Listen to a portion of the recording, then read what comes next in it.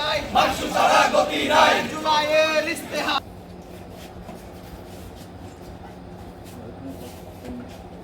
আপনারা জানেন যে গত বছর যে জুলাই অভ্যুত্থান হয়েছে, সেই জুলাই অভ্যুত্থানে 9 দফা দাবি ছিল।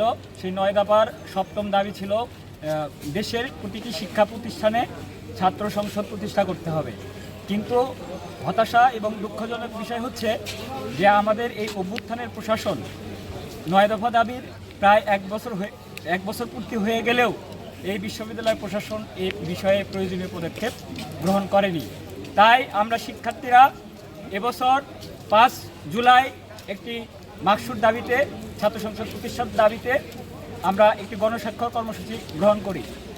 এই গণস্বাক্ষর কর্মসূচি গতকাল আমাদের শেষ হয়েছে এবং আমাদের বিশ্ববিদ্যালয়ে শতকরা 20% শিক্ষার্থী এই স্বাক্ষর কর্মসূচিতে অংশগ্রহণ করে তারা স্বাক্ষর দিয়েছে।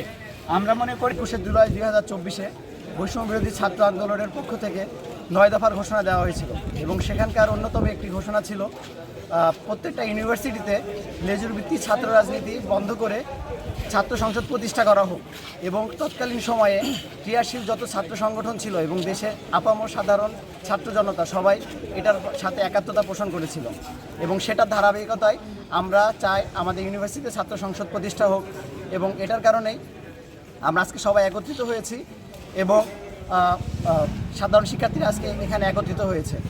আমরা চাই, আমরা আজকে বিপুল সংখ্যক গণস্বাক্ষর গ্রহণ করেছি, প্রায় 1000-এরও বেশি গণস্বাক্ষর গ্রহণ করেছি। এটা আপনারা জানেন যে জুলাই ইস্তিহারে অন্যতম একটি দাবি ছিল ছাত্র সংসদ প্রতিষ্ঠা করা। আপনারা সকলেই জানেন যে একটি বিশ্ববিদ্যালয় বা শিক্ষা প্রতিষ্ঠানের মূল হচ্ছে তার শিক্ষার্থীবৃন্দ। তো শিক্ষার্থীবৃন্দের নেতৃত্বের জন্য এবং বিশ্ববিদ্যালয়ের সামগ্রিক দায়িত্ব পালনের জন্য অবশ্যই ছাত্র সংসদের ভূমিকা অপরিসীম। তো এই বিশ্ববিদ্যালয়ে আমরা ছাত্র সংসদ প্রতিষ্ঠার ব্যাপারে উদ্যোগ গ্রহণ করেছি এবং বিশ্ববিদ্যালয়ের প্রশাসন বরাবর আমরা স্মারকলিপি দিব যাতে প্রশাসন এটা পজিটিভলি সুন্দরভাবে কাজ করে এবং সাধারণ শিক্ষার্থীদের যে একটা চাওয়া ছাত্র সংসদ প্রতিষ্ঠা, সেটার জন্য আমরা প্রশাসন থেকে জানি যে আমরা জুলাই আগস্টের যে আন্দোলন করেছিলাম সেখানে আমরা 9টা দাবি দিয়েছিলাম। তার মধ্যে সেখানে ছাত্র সংসদ নির্বাচন ছিল অন্যতম দাবি। এরই ধারাবাহিকতায় আমরা চাই মাওলানা ভাসানী বিজ্ঞান ও প্রযুক্তি বিশ্ববিদ্যালয়ে ছাত্র সংসদ নির্বাচন হোক, কারণ আমরা জানি যদি কোনো দল ক্ষমতায় যায় তাহলে সেই ক্ষমতাসীন দলের যারা রাজনীতি করে তারা ক্যাম্পাসের ভিতরে মব সৃষ্টি করে। বিগত সরকারের আমলে বুয়েটে আমাদের ভাই আবরারকে হত্যা করা হয়েছে। দ্বিতীয়বার কোন ক্যাম্পাসে আবরারের মতো হত্যার মতো কোনো ঘটনা দেখতে চাই না।